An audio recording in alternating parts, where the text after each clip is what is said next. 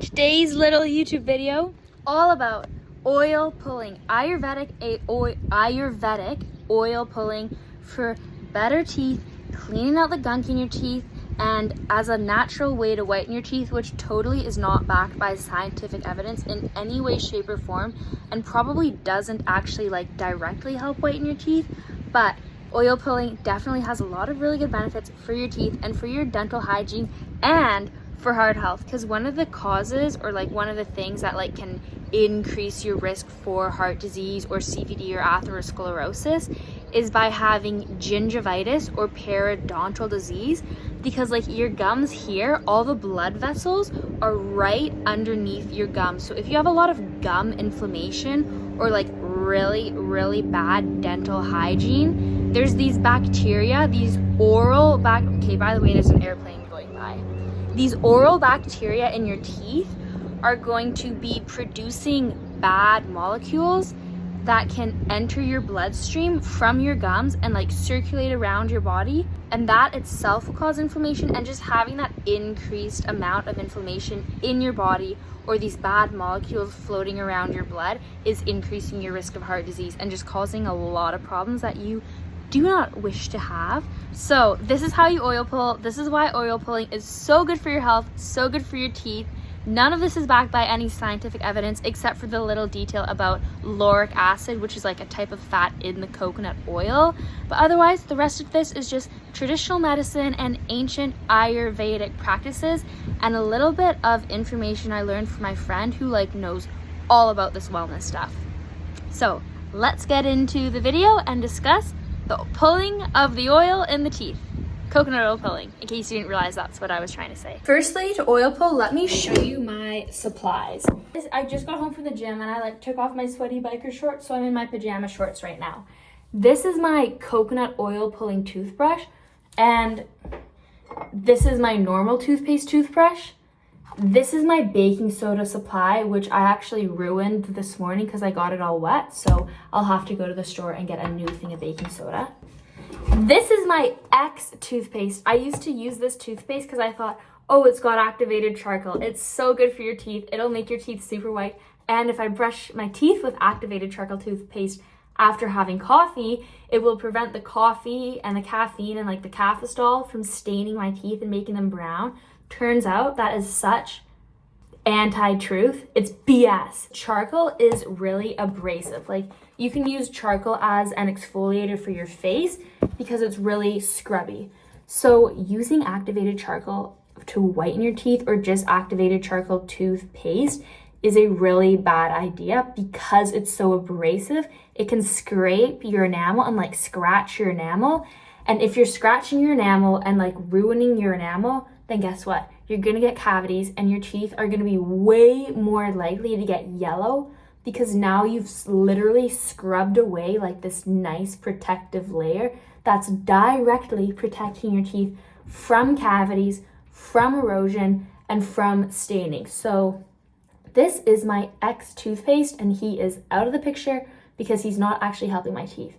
But okay, well, there is one benefit to activated charcoal, is that activated charcoal is a really strong binder. So basically what that means is the molecules in activated charcoal is pretty much pure carbon, the C molecule. If you look at a periodic table, carbon will literally bond to anything. So having all this concentrated carbon in your activated charcoal, the carbon molecule is binding and bonding to all this gunk, toxins, minerals, heavy metals, anything you could have in your mouth, and then you obviously spit. I don't think any of you guys are swallowing your toothpaste, and it gets rid of those things from your mouth. It's the same idea as taking activated charcoal supplements. If I'm going out to a restaurant or if I'm eating out and I think, I don't really know what's in this food and I want to give my body a little extra protection, then I'll take this activated charcoal Bioorganica, because again, that activated charcoal is a binder. So it's gonna bind to things like toxins and heavy metals and any gunk or any molecules that you don't really want to be absorbing into circulation. So if you've gone to a restaurant and they're using breadcrumbs, or if you're worried about heavy metal toxicity, heavy metal exposure, literally just take 2 of these activated charcoals, The charcoal is going to bind to any of the stuff you don't want, bind to the heavy metals, and help flush them out of your body. That's also why like people will use activated charcoal in cleansing protocols or detox protocols. Also in the hospital, if somebody's like overdosed on drugs or medications, they will give them a bunch of activated charcoal because that charcoal is able to bind to the drug, bind to the toxins, and literally block them from being absorbed into your bloodstream. So that's why it's such a good detox supporting food. But do not be using activated charcoal. Look at all this art in the background. A boat, evil eyes, another boat, stuff from when we were little, more art. Oh, don't look at my kitchen rags. This one's from New Zealand, by the way. Okay, anyways, activated charcoal if you're going out to a restaurant, if you're eating suspicious food, but don't brush your teeth with it. Where did we leave off? I need to show you the coconut oil. This is my huge thing of coconut oil, and I keep like my spoon in it. Actually, I keep a spoon and an eyelash spoolie in it, because then I can just like, okay, well, it's like half melted and covered in coconut oil right now, but you can like brush a little coconut oil onto your eyelashes like that, and it just helps them kind of look nicer.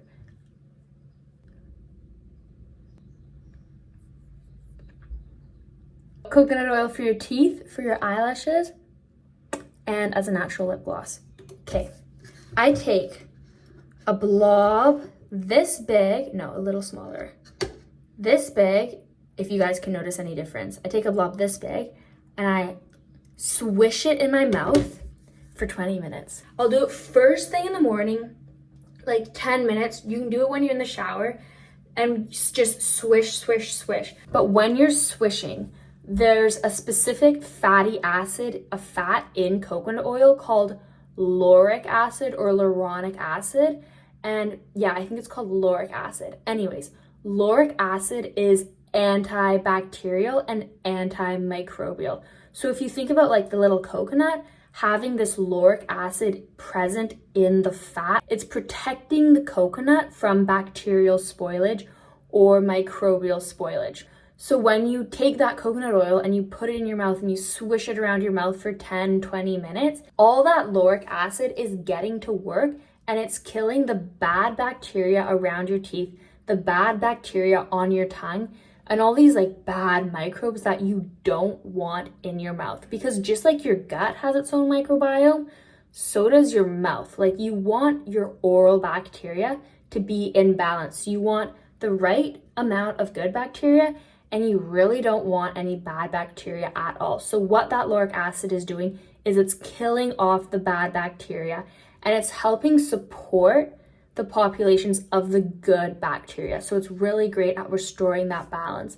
And that's one like major problem with mouthwash, is that a lot of mouthwash is antiseptic and it has a lot of like harsh alcohol in it. It's directly killing off all the bacteria in your mouth. It's killing the bad bacteria, but it's also wiping out the good bacteria, and you don't want that because in the long run, that can increase your risk of getting a bad bacteria overgrowth or getting more bad bacteria that are going to cause bad breath, because you've killed all the bacteria. The good guys are gone, the bad guys are gone. So now if you have poor dental hygiene or you're eating a high sugar diet, you're going to be feeding more of the bad oral bacteria, and those guys are going to overpopulate and those guys are going to take over, and you're not going to have very many good bacteria in your mouth. The other problem with normal mouthwash is like it's just a big fat chemical concoction that just tastes like a bunch of mint. It's going to make your breath smell like mint,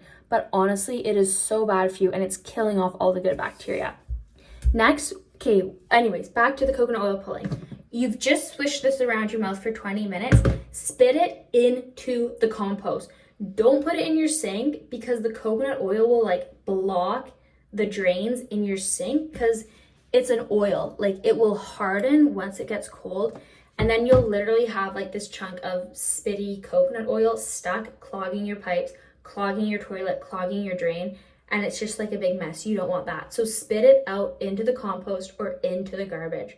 Once you've done that, swish around salt water. I don't actually know why this works, but my friend who's an expert in all this wellness stuff, I learned so much from her. She says use salt, warm salt water after. So you do coconut oil pull, swish with salt water, and then you want to brush with a natural toothpaste or baking soda. I just use baking soda. Again, I totally ruined my baking soda this morning because it got wet, but I just like sprinkle it onto my toothbrush.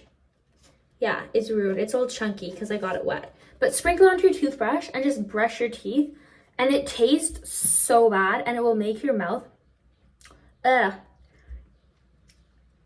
got it on my tongue right now. That's so, anyways, it's not very pleasant, like, at all, but you just got to do it. Baking soda will make your teeth whiter. I think there's like actual genuine scientific studies or like research showing like, hey, we made these people brush their teeth with baking soda for 12 weeks and their teeth actually got whiter.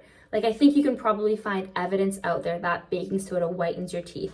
But what baking soda does is it whitens your teeth. It helps you remove stains, and it is like a little abrasive, so you do want to be gentle that you're not damaging your enamel, but it's way better than that activated charcoal. And again, this is the part that's actually going to be whitening your teeth and removing stains. Then when you're done all that, rinse your mouth again, swish it out, and then you can also add tea tree oil. Like, I'll put a drop of tea tree oil onto my toothbrush with the baking soda. And that, again, tea tree oil is like antimicrobial. It says it's purifying, but I know it has like these antimicrobial properties as well. And that's gonna help you clean out your mouth. You can also use oil of oregano. Oil of oregano is like ultra potent antimicrobial, antifungal, antibacterial. Again, if you're like on a detox protocol, a lot of people will say, do activated charcoal, do lemon water, mint, and have like oil of oregano. Ancient traditional Ayurvedic medicine will use oil. Wow, I have so much to talk about. I'm going to conclude this soon, but last thing I wanted to say about the oil of oregano is that oil of oregano can be used to kill parasites naturally. So if you see people talking about a parasite cleanse or a worm cleanse, then they're probably going to say have some oil of oregano. Okay, wow, this has been 12 straight minutes. So if you watched all of this, can you like leave me a comment and just tell me like why you actually watched all of this? So then I can do like my market research and figure out what do you guys like, what totally sucks about these videos, and then I can make my videos way better for you.